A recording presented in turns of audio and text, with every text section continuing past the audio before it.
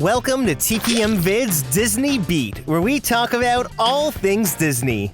If you're new to the channel and like what you see, hit that subscribe button and click the bell icon to be notified when we upload a new video.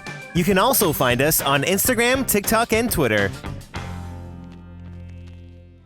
Over the past decade at the Disney theme parks, we've seen many projects open fully completed, like Pandora, Carsland, and Toy Story Land. Lately, theme park fans have gotten used to having everything open all at once. Now, anytime Disney opens a new land in phases without one of the planned rides, people are very quick to deem it a failure. Dating as far back as the opening of Disneyland, there have been many substantial projects that were opened in phases for a variety of reasons. But a lot of these quote-unquote failed ride openings have gone on to give us some pretty popular rides. So we're gonna dive into the history of why they were delayed. Now get ready to explore the stories of 3 failed ride openings at the Disney theme parks. Number 3. When it comes to Disney's Hollywood Studios, you probably remember Star Tours always being there since the park opened as Disney MGM Studios in May of 1989. I mean, Star Tours is a classic, and it has been around since 1989, but it actually wasn't at the park on opening day. It was delayed by about 7.5 months. But why would Disney open a brand new theme park without one of its main rides? Well, the initial idea of Disney MGM Studios was born thanks to a little insider knowledge from then CEO Michael Eisner. Prior to coming to the Walt Disney Company in 1984, Eisner had been the CEO at Paramount. In the early 80s, Universal approached Paramount looking for partners for a new studio tour project in Florida. They pitched Eisner and other execs their plans, but ultimately Paramount declined. Now fast forward to 1985, when Disney announced they would be building their own movie studio tour in Florida. Michael Eisner had the insider scoop to Universal's ideas. Eisner incorporated an unused movie pavilion idea for Epcot, and this would all become the concept for Disney MGM Studios. Now, in December of 1986, Universal officially announced it would be building its East Coast movie studio park, with plans to have it open by December 1989. Eisner was determined to have MGM Studios open before Universal Studios. So, with all their plans set in place, Disney quickly began construction in 1986. The original design of the park was split into 2 parts: the backlot and production studio facility, which would be home to the studio backlot tour, then the theme park, home to the Great Movie Ride. So the grand total of quote-unquote rides that were originally planned for Disney MGM Studios was just 2, plus some other shows. Now, in January of 1987, Disneyland in California opened Star Tours. This collaboration between George Lucas and Disney brought one of the hottest film franchises at the time into the park. By using the latest technology in military-grade motion simulators, this new thrill ride was a smash hit. Star Tours created such a buzz unlike anything else seen at Disneyland in the past. As the months went on, the ride remained incredibly popular, and Michael Eisner announced that Star Tours would make its way to Walt Disney World. With Eisner bringing Star Tours to Walt Disney World, it was decided the ride would fit best into Disney MGM Studios, especially since they realized the park would need more attractions. Years of research and development had already been done on Star Tours, plus the budget for MGM Studios was steadily increasing, so the company couldn't afford to spend any more money on research and development for a new ride. By this point, construction on MGM Studios was well underway, with priority being to get the movie studio complete first, followed by the theme park and the Great Movie Ride. And it all had to be ready and open before Universal Studios. Construction crews worked day and night, and on May 1st, 1989, Disney MGM Studios officially opened to the public. They beat Universal Studios by over a year, and Michael Eisner achieved his goal. But the park did face some criticism. The sentiment from many was that it felt incomplete, and that's because it was. When Disney MGM Studios opened, the park was still a construction site, with many rides and attractions still being built. Again, the priority here was just to open before Universal Studios and begin getting people through the gates and onto the studio tour. Eisner wanted to make sure that when people thought of studio tours in Florida, they thought of Disney. The opening was kind of rushed. If you walked by Star Tours on opening day, you would have found these construction walls around the attraction with a model on display. This picture from BioReconstruct on Twitter shows what the area looked like. Then, by July, a lot more progress was made. These photos are from around early August, where construction crews are hard at work on the entrance. Disney realized they needed more for guests to do, so they worked as quickly as they could. By August 31st, the facade was complete and the front area of Ewok Village was open for guests to explore. Thankfully, Indiana Jones Epic Stunt Spectacular opened on August 25th. Then on December 15th, Star Tours finally opened at Disney MGM Studios. Like Disneyland, it was a smash hit with guests and started to draw even more people to the park. But there still wasn't enough to do. After being open for almost a year in April of 1990, critics were still saying the park was under construction. It was too small for the amount of visitors and the lines were far too long. Universal Studios wouldn't go to open until June of 1990, so realistically, Disney could have also waited until 1990. They would have had more of the park finished and actually have Star Tours and Indiana Jones complete for the opening day lineup. I think the park would have been much more well received right off the bat. Number 2.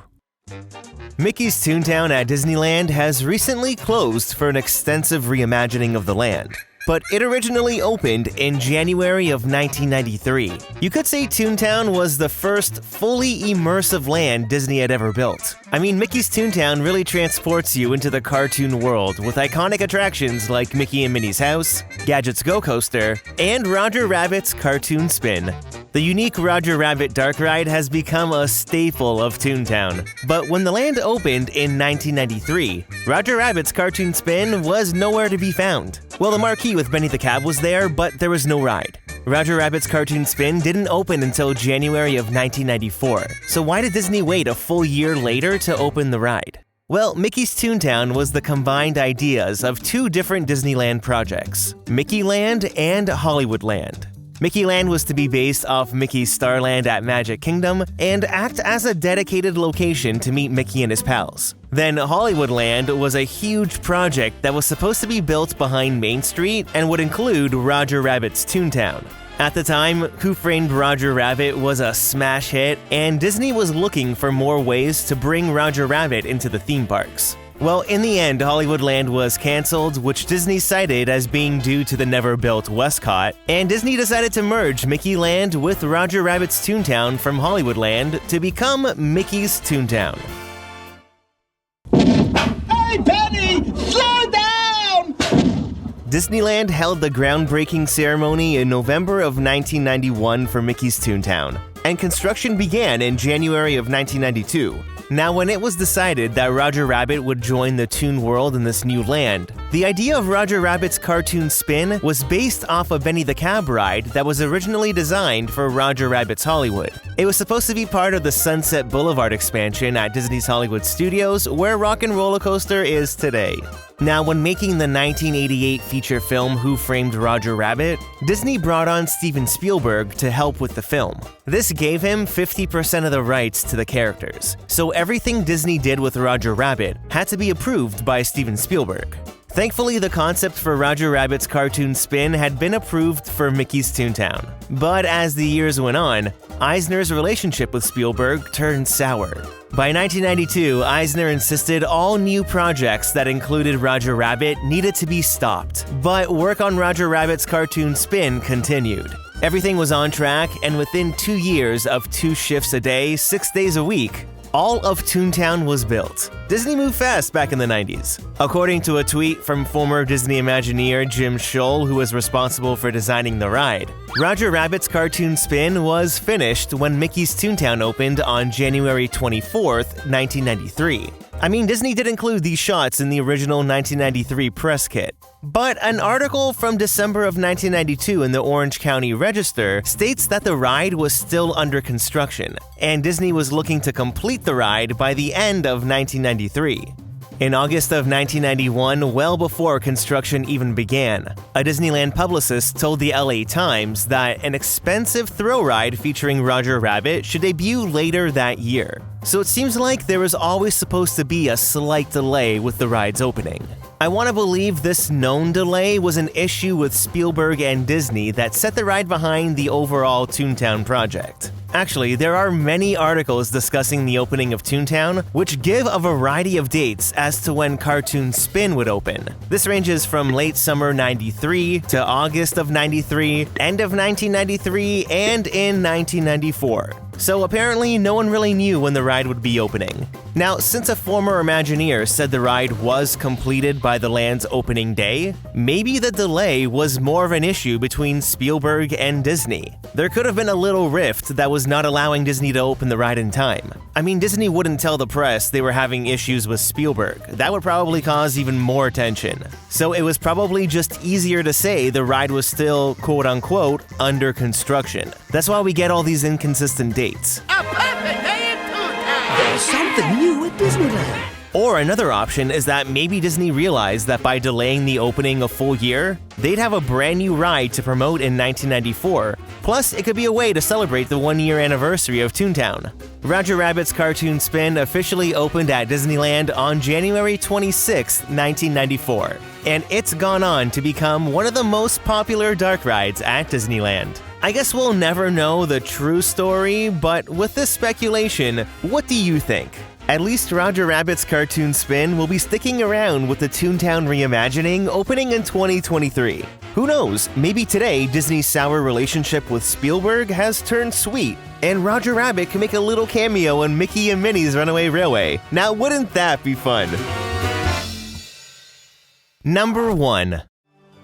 You could say Star Wars Galaxy's Edge was one of the most ambitious projects Walt Disney Imagineering has developed to date. This 14-acre land can be found at both Disneyland and Hollywood Studios. Now, the original plan was to always open both at different times. But what wasn't part of the original plan was not having Rise of the Resistance ready for the grand opening of the land. And this was the case at both openings of Galaxy's Edge. Rise of the Resistance opened 8 months later at Disneyland and 3.5 months later at Hollywood Studios. The initial reaction of the land when it first opened was that it was heavily detailed, but after you walked around the shops and restaurants for a half an hour and rode Smuggler's Run, there really wasn't much to do. So why would Disney develop this immersive, state-of-the-art 14-acre land that costs pretty much $1 billion and open it without its major e-ticket ride? Well, from 2017 onwards, Star Wars Galaxy's Edge had been announced to be opening in 2019, without giving any specific dates.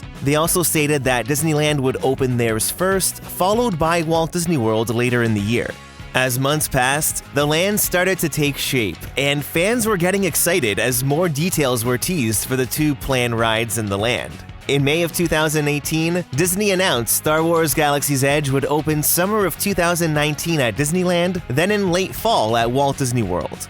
Nothing here had ever been mentioned about opening the land in phases, because that was never the plan. Even in this Rise of the Resistance teaser trailer Disney released in November of 2018, it mentions the summer and fall dates, and it was actually filmed in the ride at Disneyland, which by this point had been completed because the land was supposed to open first. Now, once 2019 rolled around, people were talking, and word started to get out that Disney was having some issues with Rise of the Resistance. The ride is comprised of 3 different ride systems: the trackless system, the simulator, and the drop mechanism, not to mention what's included in the pre-shows. This is some cutting-edge stuff, but it's all very complex. Each ride system on their own seemed to be fine, but when combining it all into a seamless ride experience, Imagineers began running into problems. What I heard back in 2019 was that the trackless ride vehicle traveling into the simulator wasn't locking into place correctly, and this was causing the attraction to break down. It was also said the trackless ride vehicles were having connectivity issues with the Wi-Fi. The main thing to note is that problems were coming up that Imagineers were not anticipating. They would need more time for their test and adjust period, which would delay the opening of Galaxy's Edge. Or so we thought. Star Wars fans may have to plan a trip to Disney sooner than they thought. Yeah, its new Star Wars attractions are gearing up to open earlier than planned. On March 7th, 2019, Disney announced they would open both lands ahead of schedule because of high guest interest. But it would be in two separate phases, with the Rise of the Resistance opening later. I don't think any of this had to do with high guest interest. Clearly, Disney was faced with two options: to not deliver on promised opening time periods which had been advertised now for almost a year and postpone, or open without their main e-ticket state-of-the-art attraction. There was so much riding on the success of Galaxy's Edge that the phased opening approach was very surprising to many. Why open one of your most ambitious projects half-finished? It surely wouldn't give the proper first impression. The way Disney saw it was, why should they wait to open an entire 14-acre land just because one of the two rides isn't ready? The other side of the land was on time, so they could bring in revenue from merch sales, food, and other experiences, plus have one ride open. After being at Disneyland for the opening day in May of 2019, I was impressed with Galaxy's Edge. Everything was incredibly immersive and detailed. I enjoyed Smuggler's Run, it reminded me a lot of Star Tours. But after walking around, looking in the shops, and having a drink at the cantina if you were even able to get in, it just felt like something was missing. And that's because there was. The scale of Galaxy's Edge is unlike anything Disney had done before, but people began deeming the land a failure. Star Wars fans didn't like the fact that the land didn't focus on the original trilogy, and theme park fans found the land not having enough to do. 14 acres with just one ride doesn't cut it. You know, when Phase 1 opened, I thought the wow moment of Galaxy's Edge was getting that reveal of the Millennium Falcon parked outside. But after Rise of the Resistance opened, it was evident that the big wow moment for Galaxy's Edge was and should have always been Rise of the Resistance. The land finally felt complete once Rise opened, which was in December of 2019 at Walt Disney World and January of 2020 at Disneyland. Everyone was talking about Rise of the Resistance. This is the buzz that should have been happening when the land first opened. During the first few weeks, the ride was pretty unreliable and was still breaking down a lot. Even today it still breaks down, but not nearly as much as in the beginning. Rise of the Resistance is one of the most technologically complex rides Disney Imagineering has developed to date, and it remains incredibly popular at both parks. So out of the 3 rides discussed on this list, which one is your favorite? I'd love to know. Leave a comment down below to start a conversation, and don't forget to hit that like button if you enjoyed the video.